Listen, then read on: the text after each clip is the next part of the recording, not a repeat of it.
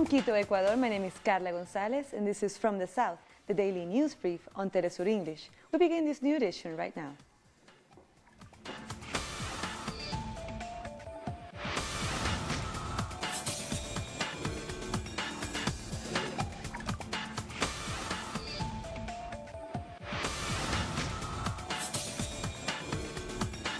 After 3 weeks of confusion and outcry, the Electoral Court in Honduras has declared that the current president, Juan Orlando Hernández, won the presidential election.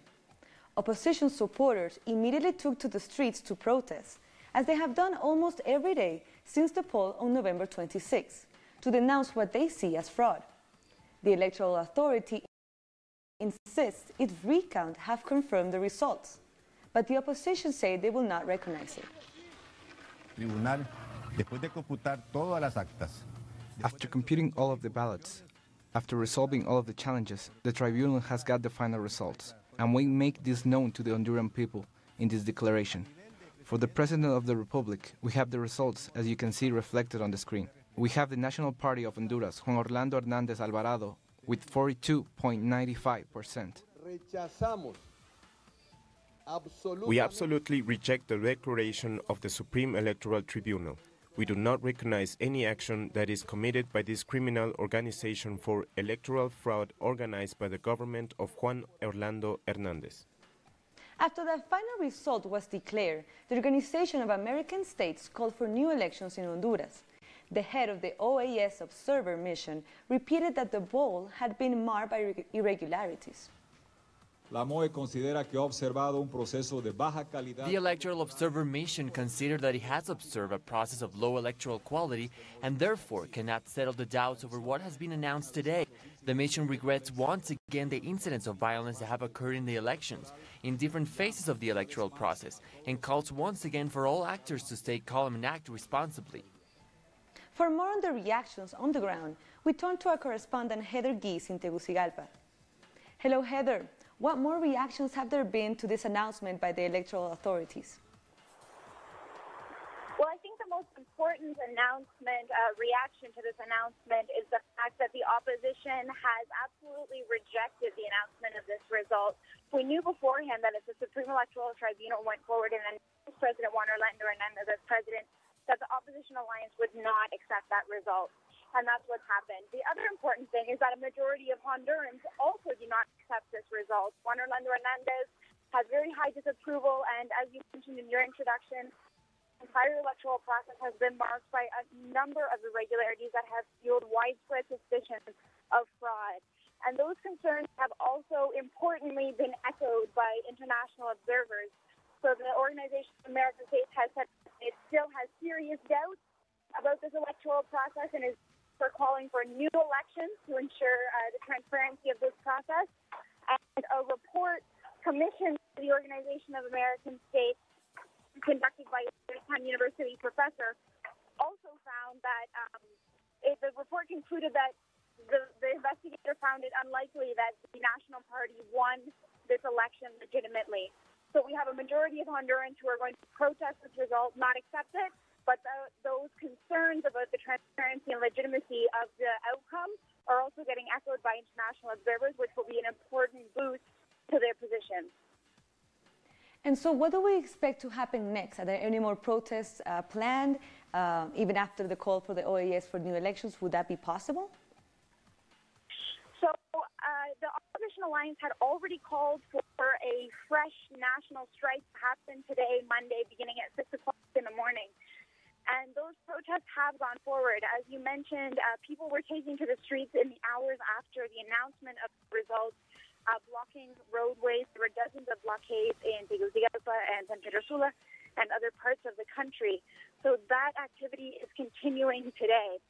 In its initial reaction to the results, the Opposition Alliance rejected the results, called for mobilization, but didn't lay out its next steps in terms of its plan of action. But we can hear kind of informally that the Opposition Alliance is supporting this plan to call for new elections.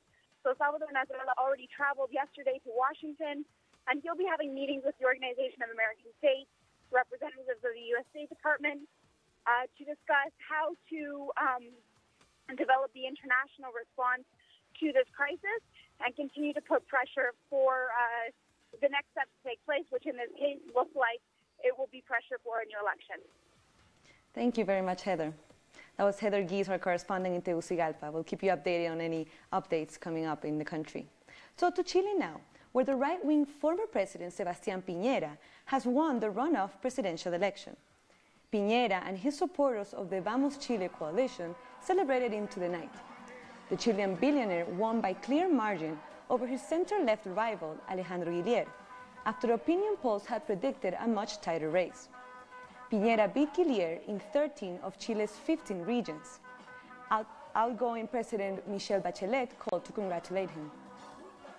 I wanted to call you to congratulate you on your victory and to wish you luck in your mandate. You and I love Chile. We love our country. We want the best for everyone. I wanted to say this on the phone, but also seeing each other like we are on the monitors, just like Chile is seeing us, and to wish you great success. President, thank you very much for your words. I have never had the slightest doubt that both you and I want the best for Chile. And I want to ask for something, because I know that your experience and your wisdom as president can help us a lot in different paths in the future. So let's take a look at those results. Sebastian Pinera got 54.58% of the votes, while Alejandro Guillier won 45.42%, giving the billionaire former president a 9-point lead.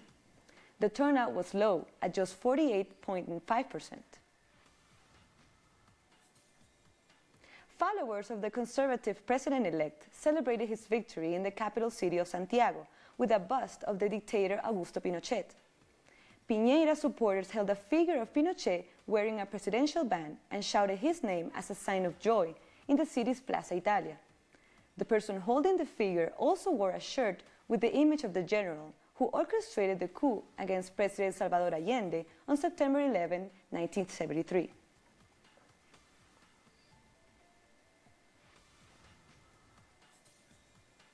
Rescue work is continuing in the southern Chilean village of Villa Santa Lucia after a landslide killed at least 8 people, with another 12 still missing.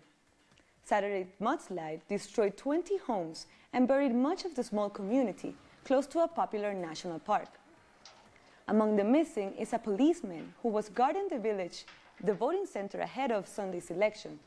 Voting in Santa Lucia was suspended. Puerto Rico's Governor Ricardo Rossello has ordered a review and recount of every death since Hurricane Maria hit the island in September. The official death toll stands at 64, but an analysis by the New York Times found out that the count was likely to be over 1,000. It is likely that many deaths were recorded improperly and not tied to damage from Hurricane Maria in official counts, such as life-threatening infections caused by poor living conditions. We'll be back very soon. Stay with us.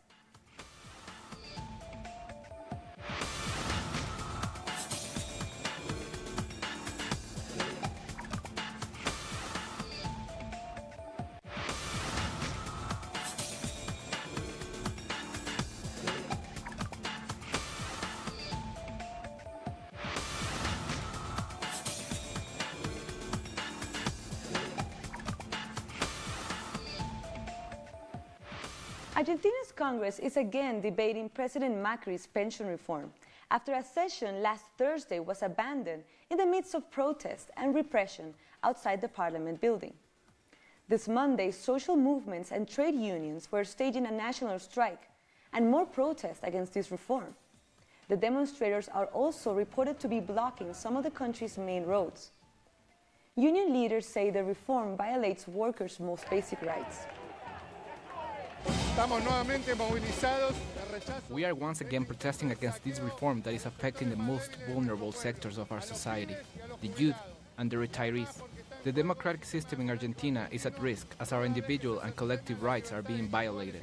From when we protested for the life of Santiago Maldonado to the protests against the pension reform that happened last week, almost 100 people have been detained illegally by a justice system that is trying to discipline us.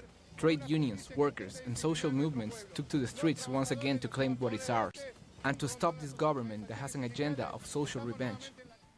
And Argentina has dismissed its Naval Chief Admiral Marcelo Eduarte Hipólito Esrur over the missing submarine case. Navy Chief Esrur is the most high-profile officer to be fired so far, in the month since the submarine went missing with 44 crew members on board. 4 other senior officers have already been relieved of their duties over the Ara San Juan's disappearance. Military sources say President Mauricio Macri is willing to retire most of the naval leadership. The authorities are forced to take up this kind of attitude. I don't think it resolves anything, but I think the pressure from the people is the only thing that is forcing them to give up something. The Peruvian president, Pedro Pablo Kuczynski, has gone on television to apologize to the nation for not explaining his links to the Brazilian construction company Odebrecht. Kuczynski is facing moves to impeach him after it emerged that Odebrecht had paid millions of dollars to company links to him. But the president continued to deny that he had favored the company or done anything illegal. He blamed the opposition for exploiting this case. It is absolutely clear. Here are the contracts, which I have not signed, which are completely legal and that have been taxed. If this was a bribe, how could it have been done in this way? It can't. I think that this is an exaggeration to try to shake the president, the prosecutor, and a number of other very important people in Peru's political life. Why? To get control of the state without having won the presidential election. Of course, there are people who believe they won it, but they didn't. So we need to respect this. This will have a terrible consequence for Peru and for the economy of all Peruvians. Protesters in Mexico are demanding that President Enrique Peña Nieto vetoes the internal security law approved by Congress on Friday. The demonstrators said that the law will allow further militarization of the country and that this won't bring peace or security to Mexico. Social movements and opposition political parties say they will continue to protest until the law is dropped by Congress. What other authority has to tell them that passing this law is wrong? The Human Rights High Commissioner of the United Nations already told them, as well as several other institutions. It's very probable that Enrique Peña Nieto won't hear us because he proposed this law, but we are trying to bring awareness that it's unconstitutional. We are also asking the National Commission of Human Rights to take this to the Supreme Court of Justice to review this law. Para que se revise la Suprema Corte de Justicia de la Nación este texto. This law is extremely worrying, and in my opinion, it's not going to change things all that much. This only makes what it's already happening official. The Army has been in charge of public security for more than 10 years now. The Army is already in the streets all around Mexico, and they are performing functions that they should not. And this law is legalizing this.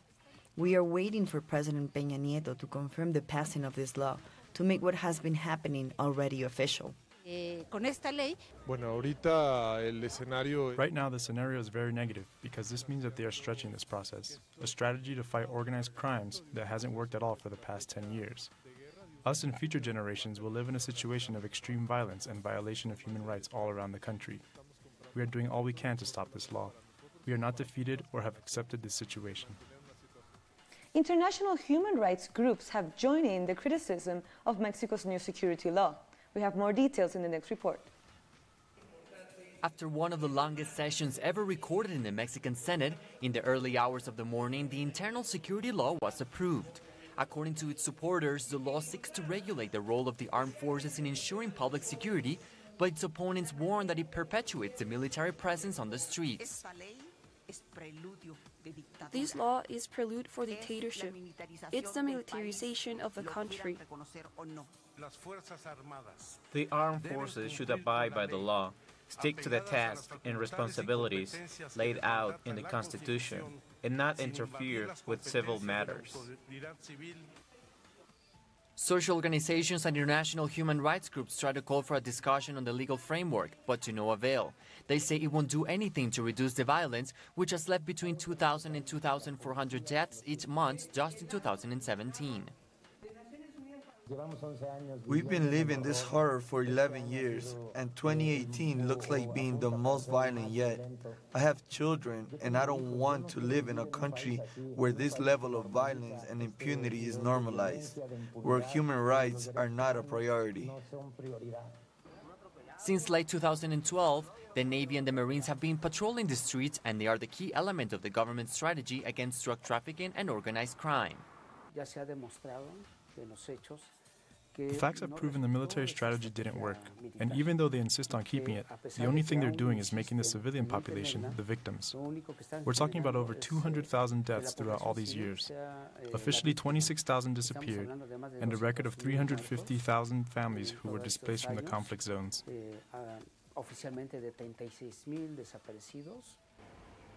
The National Human Rights Commission, which has registered over 20,000 claims related to the Army's actions, spoke out against the approval of the law. 3 universities joined these protests along with regional human rights organizations and the UN High Commissioner for this area.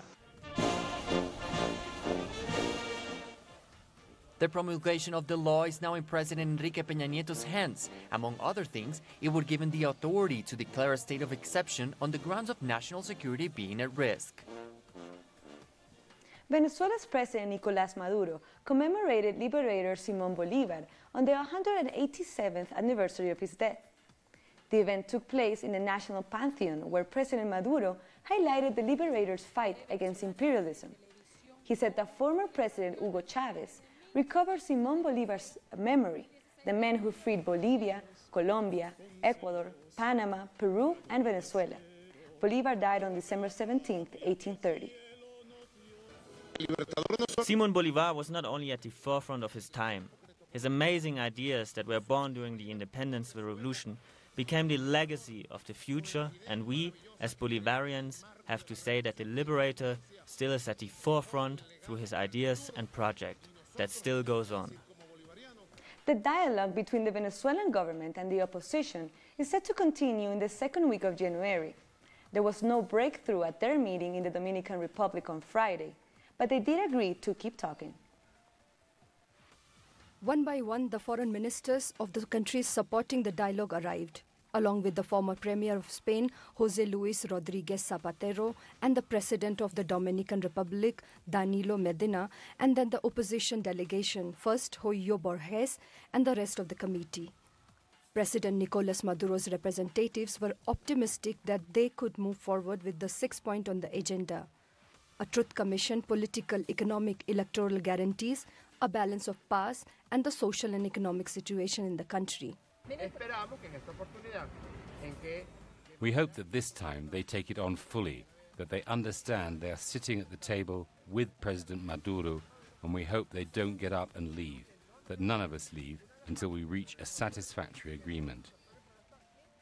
For more than 8 hours they talked. The hope was that they would sign all the agreements, but that will now have to wait for more discussions on the 11th and 12th of January. We just want to say that there has been real progress. As I said last time, there are 6 big themes that we are discussing, and each has various sub-themes.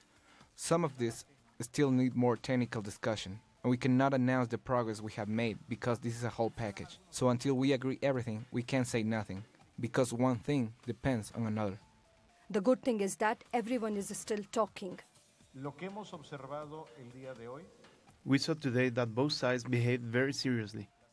This is a process of negotiation at the high level demanded by the challenges facing Venezuela. The government delegation lamented the efforts by the U.S. administration to torpedo the talks by issuing a communique about deepening sanctions if President Maduro doesn't give way. This is our answer to that threat. We're sitting here continuing these talks, and we are confident that on January the 11th, the dialogue will make progress. And the opposition is making progress. The atmosphere at the talks has been positive.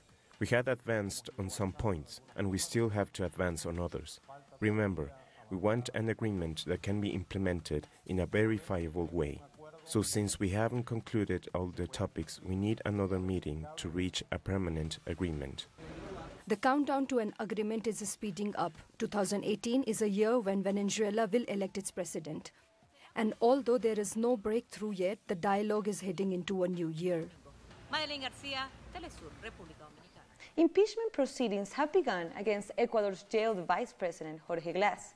Last week, the National Court sentenced Glass to 6 years in prison for criminal association in connection with bribes paid by the Brazilian construction company Odebrecht.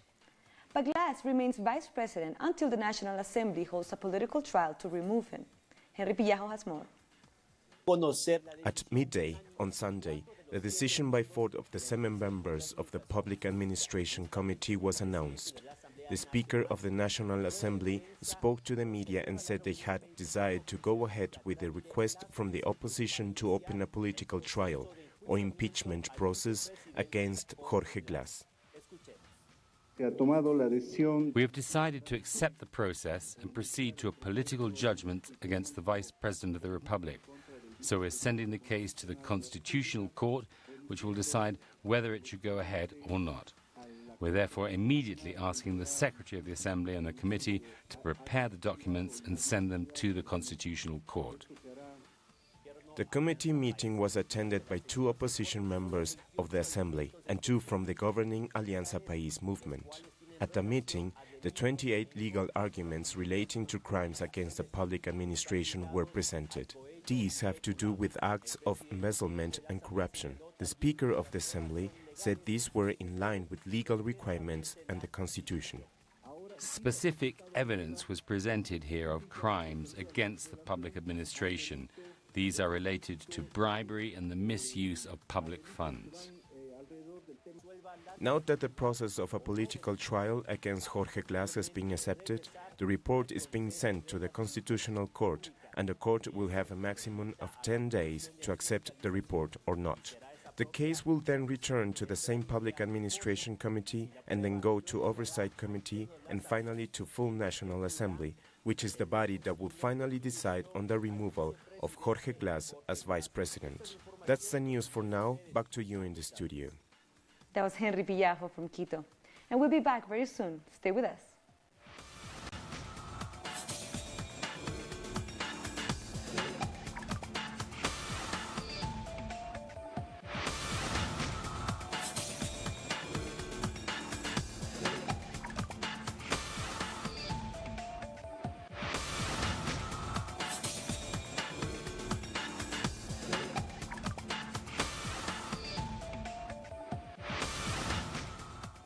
Catalonia's regional elections are on December 21st. The results are expected to show if people in Catalonia want to be independent or not. This is why political parties, as well as the people, are on intense electoral campaigns. No official group has called them to meet, but they felt that they needed to do something for the Catalan Republic. Thanks to the internet, they've been able to meet and speak about their concerns. They belong to the campaign, which they call Posters for the Republic. We are handing out posters and yellow ribbons as a sign of our demands, and we don't intend to move until the legitimate government of the Generalitat is restituted and we can go forward as a republic.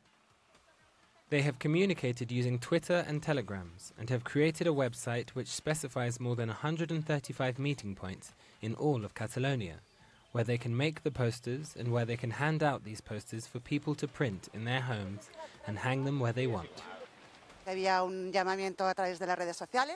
was a call through social media, Twitter especially, and that is a way to contribute to the Republic. They are all posters in favor of the Republic, for the pensions, for the elderly people, for the young people, for the undecided, and in this way they could realize that on December 21st we have to bet on the Republic.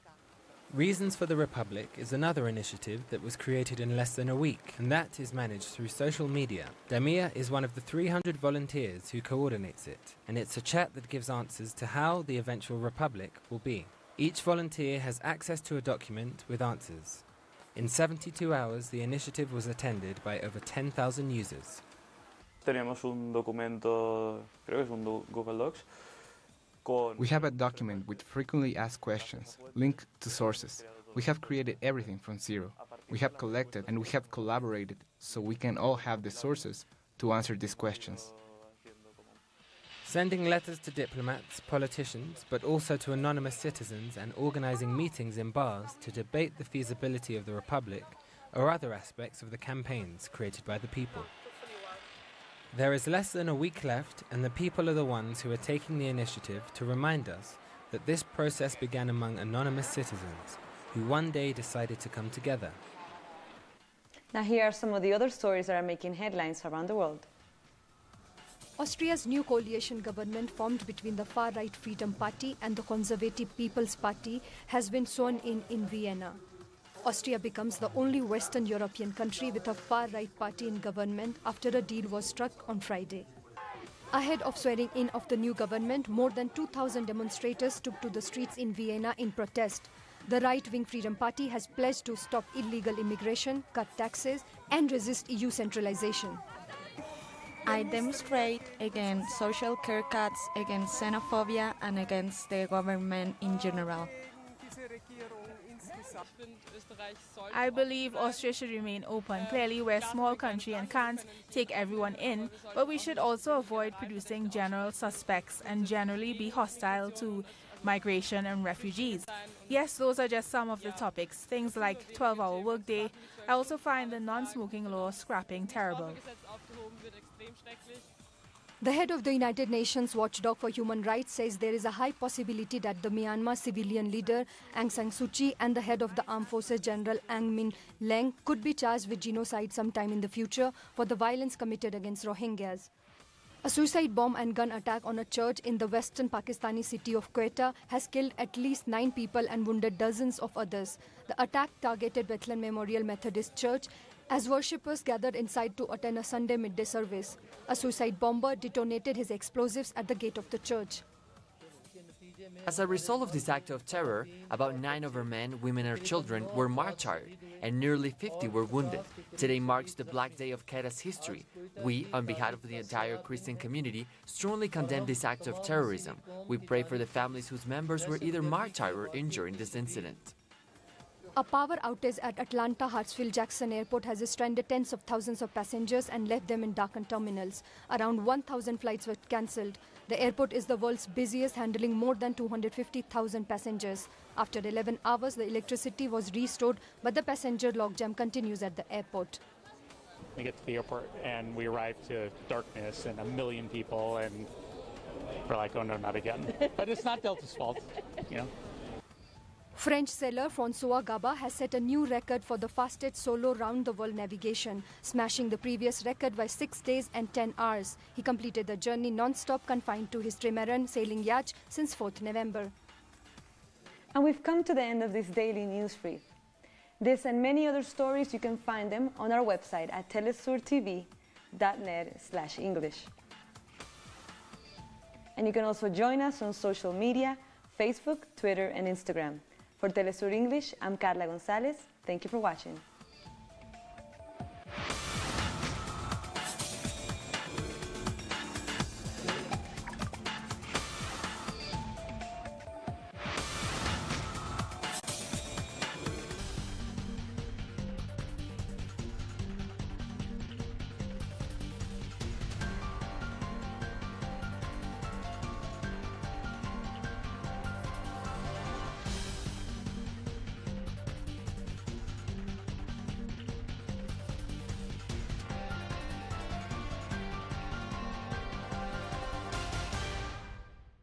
A sign of resistance to hatred and injustice, Bill Fletcher Jr. conducts a discussion and analysis space to reveal the social struggles of Black people.